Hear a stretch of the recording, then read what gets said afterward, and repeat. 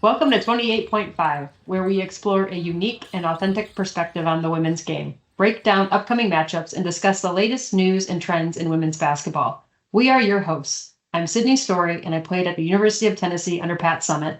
And I'm Becca Goodman, and I played at the University of Notre Dame under Muffet McGraw. And we're thrilled to have you join us today. Before we jump in, make sure to subscribe so you never miss an episode. And if you enjoy what you hear, be sure to tune in each week and support and share the love. Now let's get started with today's episode. Welcome, everyone. Sydney here. We are so excited to be hosting our first episode of 28.5. Beyond thrilled to be covering the game we love, and that is women's basketball. Becca, myself are so excited. I'm going to keep reiterating that because we are true junkies of the game. And I think that's really going to shine through over this season and the course of our entire podcast, just how much we follow the game of basketball and honestly, how much knowledge we have around it because we've been following it for so long. But before we jump into some of our experience around the game and who we are, I want to take a little bit of time to cover what 28.5 is and want to bring in Becca. Yeah, Sid, I'm here. I'm so excited that we're going to take all of our group chat conversations and just bring them to life in a podcast and just kind of give it a space to talk and chit chat about the game that's growing and rolling right now. So the women's game's super exciting, something that Sid and I we have a passion for in every level. Literally, you'll find that out here in this episode, but just excited to jump in here and get going about our why, our podcast, and how can we really make this beneficial for all of our listeners. What a time for women's basketball. It's so much fun. So 28.5, what does it stand for? That is actually the size of a women's basketball. It's a size 6, and it's 28.5 inches in circumference. So we thought that was a great, perfect name because we plan to cover women's basketball. The men's size, just for if you're curious, is size 7, which is 29.5 inches in circumference. So, and it really does make a difference. Like if you hold both basketballs in your hand, especially if you're really familiar with the basketball and working out a lot and working on your game, that women's ball is a good distance away from that men's size. That men's size is pretty big in your hands. So 28.5 is that women's size. And that's what we went with for the name of our podcast. We also plan to have weekly episodes. Every Friday is the plan for now. Every Friday morning, we hope to drop the newest episode and really want to highlight the women's game. So what are the upcoming matchups that everyone should be watching and tuning into, as well as covering some of the post-game analysis. So what games and matchups just happened. Becca and I really plan to sit down and watch a lot of those games and really speak the game. You know, what halftime adjustments did we see? We really want to dive into the X's and O's of the games, especially on some of those big matchups where, quite frankly, a lot of people are tuning into those games now, which is just fantastic. With that, we also want to cover some of the news and updates, some of the injuries, hopefully not a lot of injuries this year, but there will be some that happen throughout the college season, and then just the overall buzz. We all know there's good old drama in pretty much every season. So that's something that we plan to dive into as well and really just speak the holistic college game this year. Yeah, and I think just with us, right? Like I'm a big body language person. Playing overseas, I feel like that's how you got to know what they were really saying. So I think for us, the analysis of the game and kind of what we're seeing at a deeper level, whether it's team bonding or, hey, they just seemed out of sync. I don't know if they really like that play. Things like that are just nuggets of knowledge that Sid and I can bring just to give a different view into it. There's tons of times I'm chatting with my family watching a game and I'm like, oh man, I'm not getting a good vibe. I'm not getting a good vibe off of the eye rolls, the faces. I've been guilty of having that as well. So it's just something that I'm hugely aware of and definitely excited for all the changes that are coming into the women's game. You have NIL stuff. You have people now with agents. You have I mean, so many things, right? We've had a lot of big players move out and some new coaches change.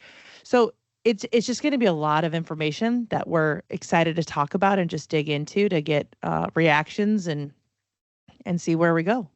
Yeah, so exciting. And change is really going to be the topic heading into the season. I really believe that. There were over 1,000 transfers in the Oh my women's basketball game gosh. alone between seasons, over 1,300 put in for the transfer portal. So to see not all of those obviously go through, but over 1,000 of them did, which is just unreal. Could you And imagine 1,000 people put in for a transfer, or they transferred? And back in our day, you would have to sit out a full year in order to then be able to play and be eligible. It's just, again, just another nugget of the changes and how quick people can kind of, head to a different school, get a different opportunity, and then jump in and make an impact instantly. It's absolutely wild. And that's just how the game is is growing and changing right before us. yeah, totally. And our second episode, we're really going to do a deep dive into that. There's the conference changes. We're going to really highlight that in the second episode also. So we've got a full lineup that's planned here. Really, this episode is just to get to know you all, for you all to get to know us. What is 28.5? What are we looking to do? And how do we know each other? I think is a big thing. I'll let you start that one off, Becca. Yeah. So Sid and I have known each other probably since we were 15, 16 years old. And it all started back when we were playing on the same AAU team. So high level, a lot of girls play high school basketball, and then some of them who maybe they like to do it for fun, or maybe they want to play in college. They play AAU on the circuit just so that they could get more looks, go to exposure events where college coaches are able to see them, build that relationship. For us, I first got introduced to the AAU team that Sid played on by getting waxed by the older group. It was absolutely one of the worst games, and I remember just being so frustrated with how advanced the team was. I mean, they were on it, right? Like they were full court pressing, half court pressing, jump trap. I'm like, this is insane. So after that AAU season, I made the switch to go play with the same AAU program as Sid and a lot of other girls who Sid's going to talk about, just the overall eliteness of our AAU program and just how it was intense. At times I felt like our practices might have been like college level practices. I always tell myself like I survived that practice, Right. but you always felt good about it because I survived and I'm thriving, right? Like I am out there. I know I'm getting better. You know those ones where you get in the car and you're just like so chatty afterward because you really just pushed through and got better. I think that's what really changed the game for me in order to get where I went. But yeah, Sid, why don't you talk about just how crazy elite that AAU program was? Yeah, we had girls that bought in, and certainly that does exist today, maybe more in pockets. We grew up in northern Indiana, right? So we're Hoosiers. We played basketball. That's what we did. And we were able to pull some players actually from Southwest Michigan also, which was kind of fun. But we were pretty elite. We had players that went to Notre Dame and Tennessee and Minnesota, Boston College, gosh, Florida, Louisville, Western Michigan, Miami of Ohio, in the MAC there, Army, Coastal Carolina. I mean, we had girls that were going to some big time programs, Division One. And when you look back at that middle school, high school experience and how we all made each other better, it was like that iron sharpens iron mentality. Mm-hmm. We had girls that were working on their game, and it was a holistic approach to it. We had girls that were working on their fundamentals, girls that were watching a lot of basketball on TV and studying it in different ways, playing a lot of pickup, playing a lot of AAU tournaments where, yes, you played a lot of games, but back in those days, it wasn't just about showing up to the games of the AAU tournaments. It was about having 2 or 3 practices that week leading into that tournament. And I will say, we got a lot better in those practices. And that's Mm-hmm. something that we talk about nowadays that we wish more kids and families would buy into is actually working on their fundamentals and showing up to practice and learning the game that way also, and not just playing it. I do think playing it is big for IQ and just feel of the game, but really that holistic approach I think is so important. Strength and conditioning, agility, Mm-hmm. a lot of us were doing that type stuff back in middle school and high school. So it was just really awesome. We had such a great experience. A lot of us played in the Adidas Top 10 All-America camp. A couple of us made it to the USA Olympic trials for the Pan Am Games, which was a really cool experience. So we we went after it. Like you said, those practices were really hard, and we had a coach that really drove us to be the best basketball players we could be. And I think that was, to me, one of the big difference makers was we had that figure that was able to teach us the game, but also push us in the right ways. And we just got better and we were good. And that was just a lot of fun to be a part of that, for sure. Thing that happens when you're in high school, when you're playing AAU is, maybe you get picked for the junior Indiana All-Star team. And then that's normally your junior year, hence junior. And then you get picked for potentially to make the top 12 of the Indiana All-Stars. And then you represent the state of Indiana, girls from all over the state, obviously. And then we play a couple games versus Kentucky. And then you have a couple exhibition games where you play the junior All-Stars, right? So Sid and I were on junior All-Stars together, and then we both were on the Indiana All-Stars. Sid was runner-up for Miss Basketball, and I think I was like third or fourth, but kudos to you, Sid. No beating to Shia. She owned Indiana. Remember that? Went to Xavier. True. Good basketball player for sure. Absolutely. So like we just have been around the game and had so many different experiences about it, whether it's, top 10 camps, all-stars. And it was awesome to have somebody who was on your AAU program also playing all of these with you, right? So, we could walk into a top 10 camp and, it's like, oh man, I hope Sid's on my team. She'll throw me the ball. You just get comfortable with knowing how somebody plays. And then you can get confident knowing you've either played a lot of these girls before in other tournaments, or dude, they're on your AAU team. Like, how crazy is that? Right. Can you imagine what other like if I hadn't gone to play with on your guys' well-established AAU team, I just can't imagine all the good stuff I would have missed out on. Right. We had a lot of fun, didn't we? I mean, we got to go all over, really, to some fantastic cities, primarily in the Midwest, but we went down to Atlanta a lot, which was a ton of fun. Washington, D.C., I remember, was a really good trip. Like, all those exposure events that really put us on the map. And it's crazy to think about this, and this is still going on to this day. I mean, we were, at that point, I remember being 15, 16 years old, and you're walking into a gym, and there's 200-300 college coaches there to watch you play, insane. And that's the exposure events and being on a good team and being able to compete at that level. And you're doing that, like I said, 15, 16 years old. I mean, you're these players that we're going to watch this year have been able to put pressure like that on their back and run with it. So they're tested before they even get to that college level, because at that point they got to show out, or else that college coach might never look at him again, right? Or your dream coach might walk in the gym that day in a hot Atlanta gym, right? And that's your opportunity, right? So it's just really cool to see women's basketball become what it's become. And we look back at it, and while we were doing it, it was our North Star, amazing thing to be a part of. So I'm glad it's getting the recognition that I believe it should at this point. And you look at all the former players and coaches that have paved the way to get there. My coach, Pat Summit at Tennessee, your coach at Notre Dame. Let's jump into some of those college experiences that we had. Oh, the old college experience, right? The fastest 4 years ever. Yeah, so playing, I decided to go to Notre Dame, played under Muffet McGraw, Hall of Famer, one of the best. And I'm going to tell you, as kids go through the recruiting process, it's very much like a dating game, right? That, as you mentioned before, they're watching everything you're doing, but it's very much, let's talk, let's get to know you, let's have you on campus, right? So it's that whole game. And when it came to it, Notre Dame was just the school for me. It's the 4 years, but a 40-year degree.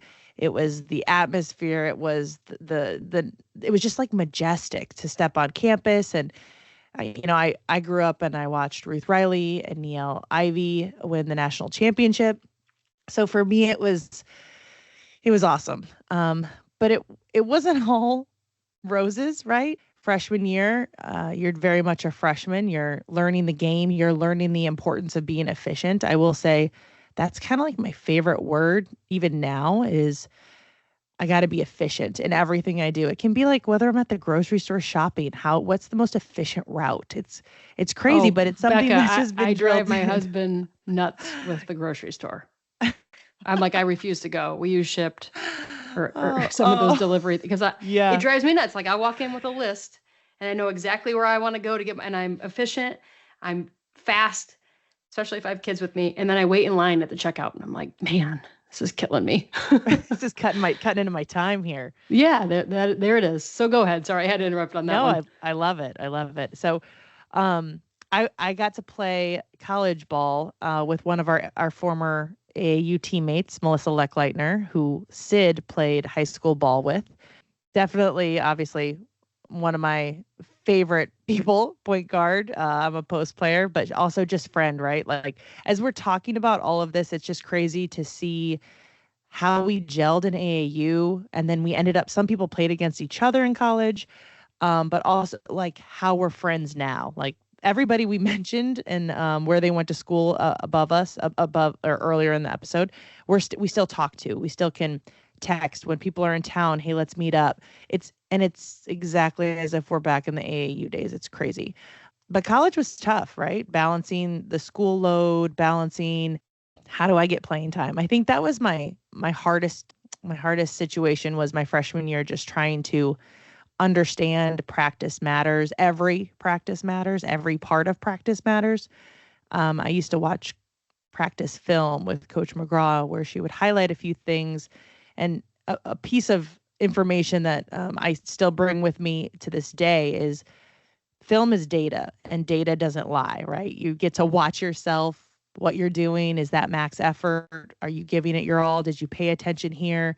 The person in front of you messed up? Did you come in and do the same mistakes? Were you in tune to the game? So it's definitely just some good nuggets about learning and that I take with me in life.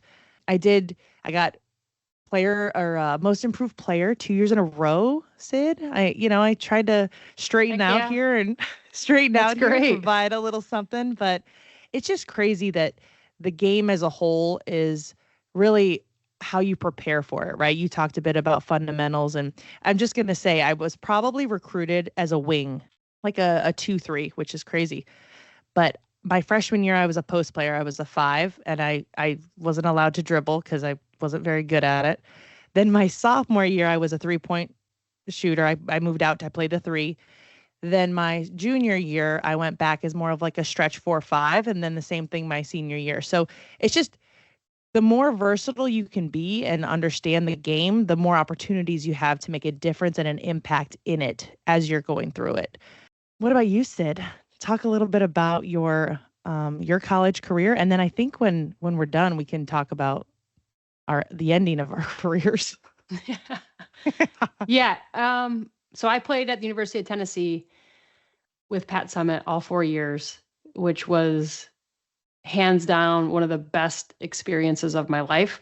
I was around a leader who was arguably one of, if not the best college coach at the time, and expected a lot out of us. But really, she walked the talk every day. So it was absolutely amazing to see how she led and how dialed in she was day in and day out. We just tried to meet her halfway. It was every practice, every workout, every detail mattered, right? And I'm sure that was something similar at Notre Dame when you were there also, whether it was in the weight room with Heather Mason, who was is one of the best strength coaches in the country. She's now the senior director of sports performance at Ohio State, one of their top staff members for all sports. She was our strength coach, and she drove us in the weight room with conditioning. I loved it and hated it at the same time, but that was somebody Pat brought in to make us faster, make us stronger, and that mattered to her on the court. And then when we stepped on the court, it was bringing it every single day. We had to communicate. We had to talk all of our action on the court, which is something you and I, Becca, preach to this day, even with some young kids, is you've got to communicate. You've got to be that leader. There's no not talking in the game of basketball. Mm-hmm. We learned that from these women coaches who preach that every day. And then it just becomes a way of life when you're playing. So, I mean, there's different examples like that where I got to see some of that every day, and really how my coach was able to separate herself and our program was through those details And through the scouting reports and we were preparing for teams 2 weeks in advance, and we didn't even know it with the drills we were doing in practice. Mm-hmm. And then all of a sudden it'd be the night before we're playing them or walking through scouting, and she's like, yeah, you guys know how to do this now. Like, but this is what they do. And we're like, oh yeah, we've been working on that for 2 weeks. It's just like they were so crazy ahead of the game in preparing us. And you mentioned it again, right? Like that preparation is just absolutely huge, especially at that level. And I look at the women's game now, and you can pinpoint the coaches that do this every single day because those are the successful coaches. And that's what I saw at Tennessee. My career there, did I want to play more than I played? Absolutely. I wish I could have played more, but it didn't take away from my experience. I was there with Candace Parker, Nikki Anisicki, Alexis Hornbuckle. When we won the national championship, I learned so much from them. That was my freshman year. And then I was there as a sophomore when we lost all those big players because they went to the WNBA, and we had to sit there and rebuild the program. And we had 6 freshmen underneath us. We were young. So to have that leader expecting so much out of us and us being so young, that was a challenge every day. But we really got better as time went on. And man, I look at Kelly Kane, Vicky Baugh, Angie Bjorklund, who I went through it with. The 4 of us really bonded and made it through those 4 years. There was no transferring for us. Like I think back on that and how players just transfer out all the time is a whole different game than what we played. We pushed through things. Did our coaches like us? Most of the time, not. Right? It's a business at that point. Yeah. It is. Like, yeah, no, for sure. They're there to make us better. It's not going to be a cakewalk when you walk into practice that day.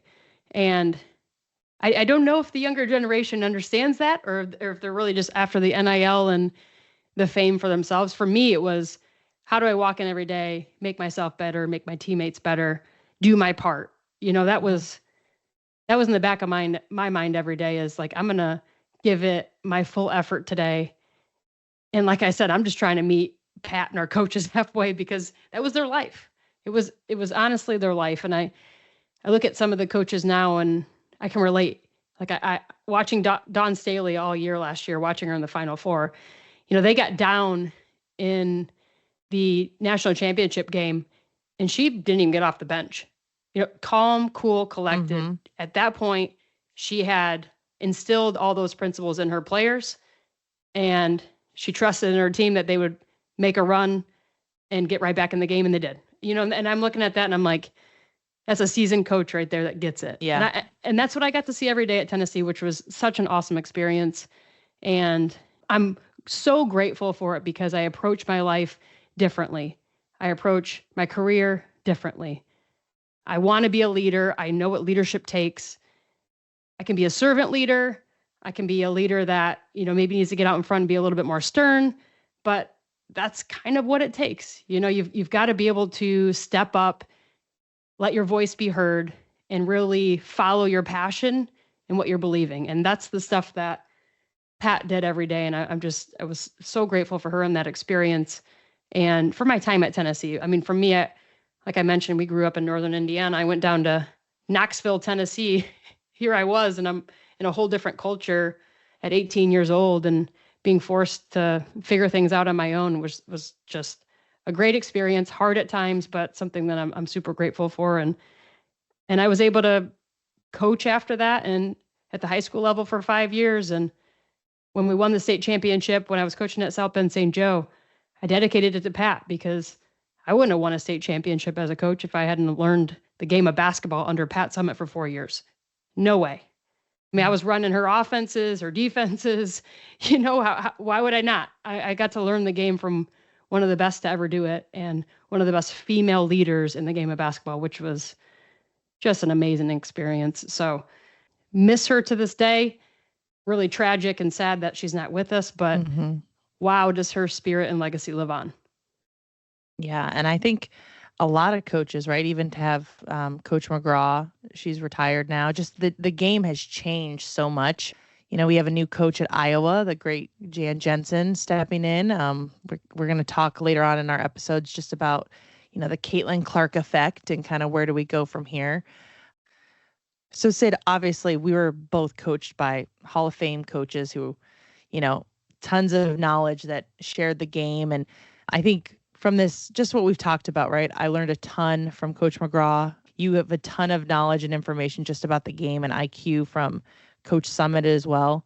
And that just takes us into our next topic here is kind of, our current coaching experiences. I coached AAU for the same AAU program that Sid and I played for, trying to get girls either scholarships or just into the right fit at a college.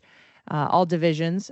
Coached at my high school with the boys team. My two cousins were on that, so that was really fun. I got to beat up on them in practice, and then I took over coaching at South Bend St. Joe, which is Sid's high school. I was on staff with her for a year, and then when she stepped down to go get her master's and get all smart, I took over for 2 years. And now we're back coaching together for an AAU program for middle schoolers. But Sid, I do want you to highlight some of your awesome coaching experiences with high school. Yeah, so was honored and blessed to continue to be around the game of basketball and really just to bestow some of that knowledge that I had learned from great coaches that I had, which is a really fun thing to do as you get older. Coached 3 years at Lakeshore High School in Stevensville, Michigan, which is near St. Joe, where I was living and working. And then coached 2 years at South Bend St. Joe, where I played and then was fortunate enough to coach. It was really a fun experience to give back to St. Joe High School. And I was able to win that state championship with 2 former high school teammates, one that played at Notre Dame with Becca, and her name was Melissa Leckleitner. And then Kristen Dockery was that other teammate and coach that I had on my staff. So it was a full circle experience and really fun. We kept saying to each other, we've already done this. We had already won a state championship in high school. It was really about allowing those girls to experience that. And they really bought into what we were coaching every day and trusted in us. And we went out and we did it, which was super fun and not easy to do in the state of Indiana, where a lot of girls aspire to be good basketball players. So really cool experience. I just want to give you a huge shout out.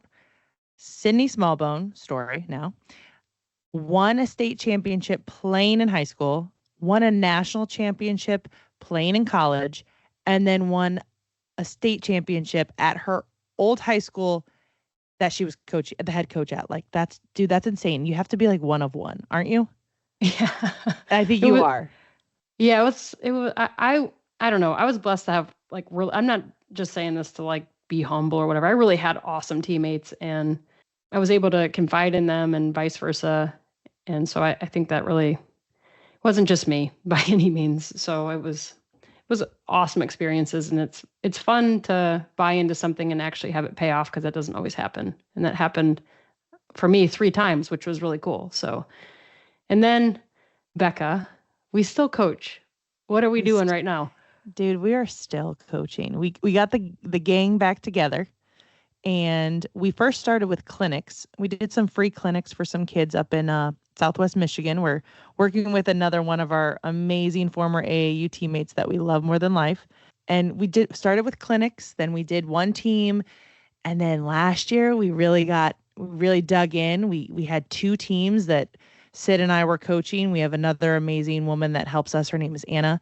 And we are trying to just give back to that community and help girls to realize that if they put work in elsewhere, it can really change their life for the better, right? Like, I would have never had the experiences I had, or played overseas, or, got to go abroad for our foreign tour, all these things, or not have a student debt, right? Like, basketball is such a door can open to so many things. And I think for Sid and I'll let you go next, but for me especially, I just love getting to see girls get better week to week. You can tell when they really put the work in outside the gym, outside of you, and to see their eyes light up when they're actually getting it and have the confidence, it's just awesome. And so Sid and I are back coaching middle school girls, and we're hoping to take a team and take them to the high school level, and maybe get them to an awesome all-star team. Who knows? We'll see. What do you think, Sid? Yeah, there's potential there. We got girls that are showing up day in and day out and working hard, which is so much fun for us. And to be able to teach the game at that level where they're really learning the game for the first time, an actual strategy of the game and true fundamentals of the game is super fun. And it just allows us to be in the gym again and around each other. And it's just been a blast. And if you look at us, we've got over 50 years, if you combine My gosh, both of don't us, say that. of like Sounds playing terrible. this game. Yeah, I mean, We're you started old. earlier than me. I started at like 9, so I'm being even gracious there. It's a little bit over 50 years if you actually do the math on it. But we've been blessed to have been around the game at high levels and to have coached it now. We want to do this 28.5 women's basketball podcast just to talk the day in, the day outs around those games that are going to be coming up this season. So while today's episode was, more get to know us and what are we doing with this podcast, really going forward, we've got episode 2 that Becca's going to highlight here, but beyond that, when we get into the first actual episodes that are highlighting the games that are coming up and the games that we've seen once the games start, we're really going to be talking a lot of X's and O's. And I think that's going to be something unique that we can bring because we've lived it. We've studied the game, like I said, for over 50 years when you talk both of us combined. And it's something we're so passionate about. So that's what we're really excited about with 28.5 women's basketball. But I'll kick it over to you, Becca, if you want to highlight what's coming up next. Yes, preview episode 2. We're going to chat about all the changes headed into the women's college basketball season, whether it's from the coaching standpoint, different conferences. We have a lot of shakeups there. We have different players, right? We have the Caitlin Clark is now moved on for her professional career. We have Paige Beckers coming back. We have Juju Watkins from USC, who's going to probably have a phenomenal year. Just all exciting, good stuff. But we also want to touch on the NIL and then also national letters of intent. There's been a few changes there too. So just a lot of good stuff to catch up on. So I look forward to touching base in episode 2. You going to be there, Sid? I'm going to be there. Awesome. Until then, Becca, I'll talk to you for episode 2. Sounds good. See you, Sid. See you, Beck.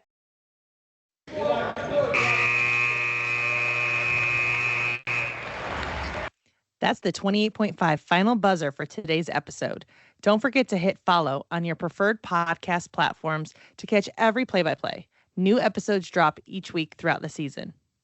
If you've enjoyed our courtside chat, drop us a review or follow us on our social media accounts. And remember, from females who have played the game, the size of the ball matters.